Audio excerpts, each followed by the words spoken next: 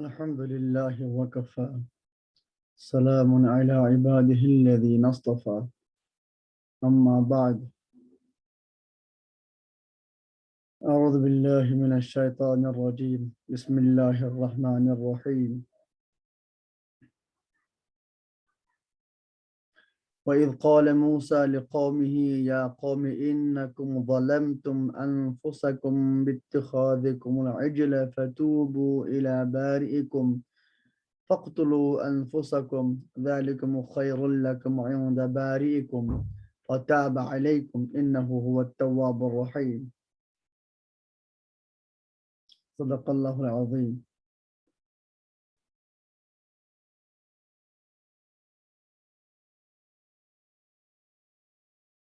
قرآن پاک میں سورہ بقرہ کی آیت نمبر 54 تک پہنچ گئے اور آیت نمبر 54 ہی کے بارے میں ہم گفتگو کر رہے تھے۔ اللہ پاک فرماتے ہیں آپ اس وقت کو یاد کرو جب موسیٰ علیہ السلام نے اپنی قوم سے کہا اے میری قوم آپ نے اپنے آپ پر ظلم کیا، گھوسالے کو اپنا خدا بنا کر، لہذا تم اپنے پروردگار کے دربار میں توبہ کرو اس طرح سے کہ تم اپنے کو قتل کر دو، یہ تمہارے لیے بہتر ہے اپنے پروردگار کے پاس۔ چنانچہ وہ تمہاری توبہ قبول کرے گا، بے شک وہ توبہ قبول کرنے والا اور رحم کرنے والا ہے۔ یہاں میں نے عرض کیا تھا بنی اسرائیل میں قوم جو موسیٰ علیہ السلام کے کوہ طور پر جانے کے بعد سامری کی گمراہی سے اس کے جال میں پھنس گئے اور وہ گھونسالہ پرستی میں مبتلا ہو گئے، چونکہ وہ اس ایمان کے بعد تو مرتد ہو گئے تھے اور مرتد کی سزا